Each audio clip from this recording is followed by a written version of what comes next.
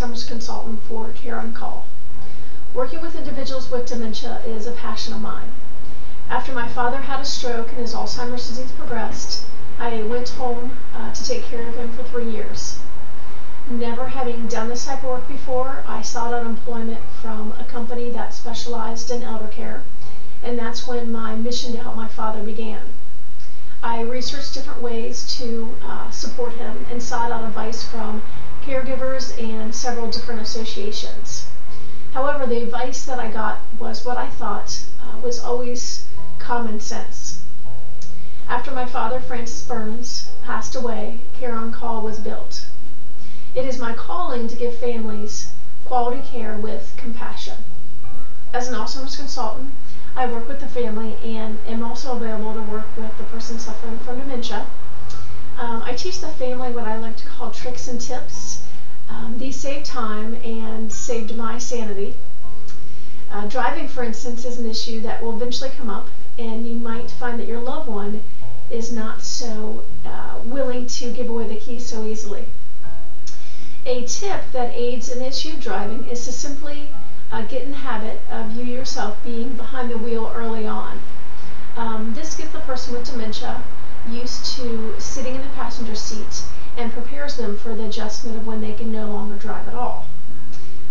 For the later stages of dementia, a trick that I use is to put a post-it note on the dashboard where the person with dementia is sitting in the passenger seat, stating where they are going. This may eliminate the repetitive questions. My dad used to ask me, "Why aren't you telling me where we're going?" when I had answered his questions 20 times in the last 2 minutes. I learned by putting a post-it note, for instance, saying that we're going to McDonald's, eliminated much of his frustration and allowed me to maintain a sense of humor, remembering my dad as the lighthearted person he used to be, keeping in mind that this is a disease that drastically affects one's personality. So my job is to help you deal with this debilitating disease of dementia and to make your life easier and to help the person suffering with dementia's life happier. I do this by promoting communication. I do something which is to teach you how to speak Alzheimer's.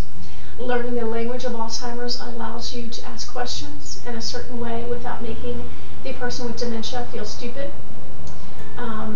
Learning this language also allows you to have the appropriate responses. For instance, in the later stages of dementia, when your loved one tells you that they need to get dressed and they need to go to a meeting for work, you can respond, "Honey, someone just called and your meeting was canceled." During my visits, I like to provide these type of ideas as well as worksheets, videos, and other resources and information. I offer what I like to call is Cliff Notes to Surviving Alzheimer's. This is where I've prepared the information from several books and resources and information that I think is the most practical and offers the best solutions. What an Alzheimer's consultation looks like is it can last anywhere from several hours to several days, as you are always in control. If you would like the individual with dementia to be involved, this usually requires more role-playing and modeling, which usually requires more time. First, I like to do an assessment where you and I dialogue, and my main goal is to find out what your goals are. I also like to view the interaction between you and the person with dementia, as it helps me to get a feel for their personality and their cognitive ability. Please keep in mind, however, I have no medical training and I cannot diagnose or give any advice. After this visit, you can choose to have me come back, and this will be a follow-up visit where we discuss the plan to meet your needs. If you are not the full-time caregiver and your loved one is residing in a facility, this part of the process looks a little different, but it is still extremely important.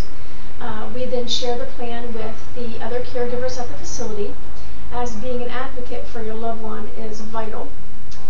I use some forms and some documentations that I ask the other caregivers at this facility to fill out, and we can also set up a meeting where we can dialogue with the facility some of your outlined expectations. Then the plan is put into action. This gives you time to practice any of the ideas or techniques that we might have discussed. Some of them will work, some of them won't work. You can have me come back as many times as you choose. I'm not here to put pressure on you. I'm here to alleviate your stress and respect any choices that you may make. I believe that you ultimately know what's best for your loved one just because of the simple, undeniable fact that you know them best.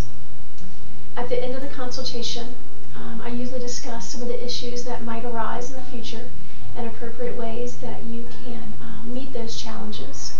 I may also discuss ways that friends and family can help you in appropriate ways. I wish you the best of luck in your journey with Alzheimer's.